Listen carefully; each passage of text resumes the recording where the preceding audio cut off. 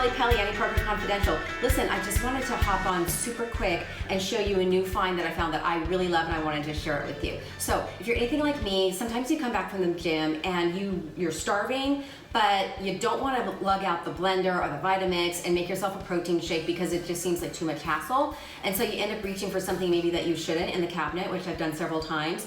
So what I have found recently that I love using is it's just a personal little handheld blender. It makes maybe 13 ounces, so it's like a regular protein shake size. And this one's called Tea Me. You can get whatever you like, but I happen to like this one. And this is all I do. You can make any protein shake that you like, but I'm just gonna show you my favorite. Mine is the spinach banana protein shake. And this is all you're going to do. You're going to take a handful of spinach. Spinach is full of vitamins, fiber. It's one of the best greens you can eat, spinach and kale.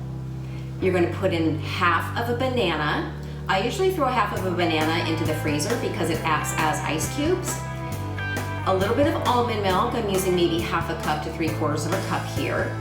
And half of a scoop of protein powder. Now you can use an entire scoop, but what I found is half of a scoop tastes better in this small of a serving, but do what you like. This is unsweetened vanilla whey protein, and it's delicious. Blend it up.